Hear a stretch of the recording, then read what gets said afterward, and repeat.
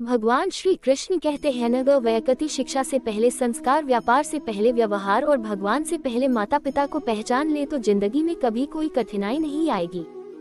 मेरे पति के देहांत के बाद मैं अपने एक लौते बेटे के यहाँ रहती थी। मेरी बहू का एक अलग ही रूप मुझे देखने मिला, साथ ही बेटे का भी। दोनों के मन में क्या है मैं अच्छे से जानती हूँ।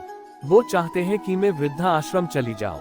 उनके जाने के बाद मुझे ये सब देखना और सुनना पड़ेगा, इसका मुझे अंदाजा भी नहीं था। पर मैं मन मानकर अपने बेटे और बहू की बातें सुनकर भी यहाँ रहती हूँ, क्योंकि मुझे मेरे पोते और पोती दिखाई देते हैं। उनकी झलक पाकर मुझे सुकून मिलता है। घर के बाहर एक टिन की झोपड़ी में रहती हूँ।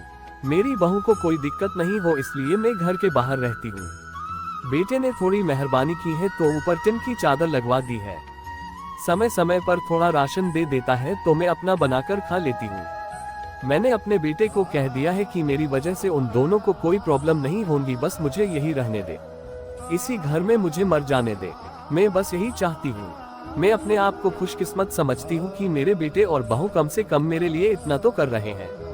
मेरा बेटा सुबह 9 बजे नौकरी जाता है और बच्चे भी उसी समय स्कूल जाते हैं।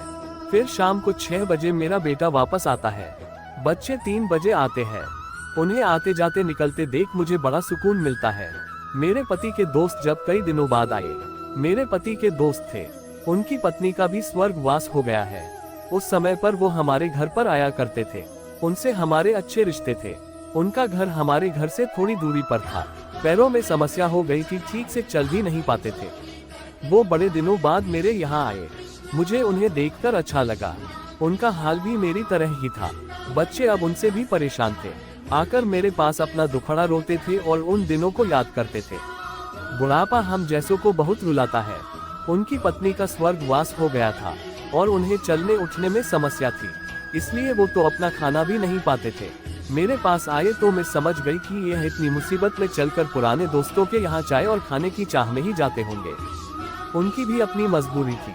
वो आए तो मैंने उनके लिए खाना बनाया और उन्हें खिलाया। मना कर रहे थे नहीं खाना, लेकिन मुझे पता था कि उनको भूख लगी है। बहू ने खाना नहीं दिया। मेरी बहू ने मुझे और उन्हें खाना खाते देख लिया। वो कुछ भी ना बोली। ऐसे ही वो यहाँ 2-3 बार आए। जब भी वो आते मैं उन्हें खाना खिलाती। फिर उनके जाने के बाद जब मेरा बेटा आया तो बहू कहती है कि तुम्हारी माँ कितनी बेशर्म है, पता नहीं किस किस को आजकल बुलाकर खाना खिला रही है। बड़ी मुश्किल से कमाया जाता है और ये लुटाने में लगी। इनका राशन बंद करो, कुछ दिन भूखी रहेगी तो अक्ल ठिकाने आएगी। मैंने कहा कि मैं अपने हिस्से का उन्हें खिलाती हूँ, तुम्हारे पिता के पुराने मित्र हैं। फिर भी बहू का उल्टा सीधा बोलना शुरू रहा। घर के बाहर रहकर इनको आजादी मिल गई है, पता नहीं क्या क्या करती है। बेटा भी बोला कि कुछ दिन भूखा ही रहने दो इन्हें। मुझे मेरे बेटे ने घर के पीछे सीढ़ी के पास ले जाकर बिठा दिया, कहा कि अब यही बैठो। मेरे तो अब आंसू भी सूख गए थे। अगले दिन मुझे खाना नहीं मिला। मेरे टिन के उस छोटे से कमरे को बहू ने तोड़ दिया। तब मुझे लगा कि अब मैं गलत कर रही हूँ। एक दिन पूरा भूखा रहने के बाद मैंने सोचा कि मैं गलत कर रही हूँ। मुझे अब अपने बेटे के यहाँ नहीं रहना चाहिए और शायद गलती भी मेरी ही है।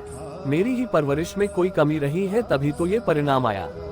अगली सुबह मैंने अपने बेटे को कहा कि मुझे वृद्धा आश्रम छोड़ आ, अब मैं तुम दोनों को ज्यादा परेशान नहीं करना चाहती। बहू ने कहा कि एक दिन भूखी रही तो अक्ल ठिकाने आ गई ना।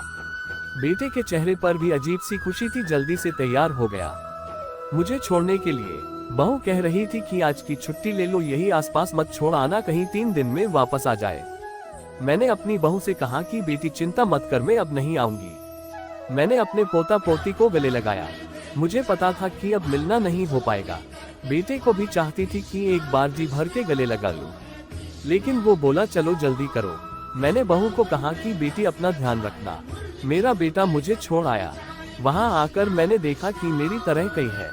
थोड़े दिन उदास रहते हैं, फिर सच को स्वीकार कर लेते हैं। मैं अब यहाँ खुश हूँ, कुछ काम भी करती हूँ। मैं चाहती हूँ कि ऐसा कहूँ कि ऐसा किसी के साथ ना हो, लेकिन ऐसा कब किसके साथ हो जाए कोई बता नहीं सकता। लेकिन माँ बाप को ऐसे समय के लिए भी तैयार रहना चाहिए। बस बच्चों को पाल कर बड़ा कर दो, उनसे कुछ उम्मीद मत रखो।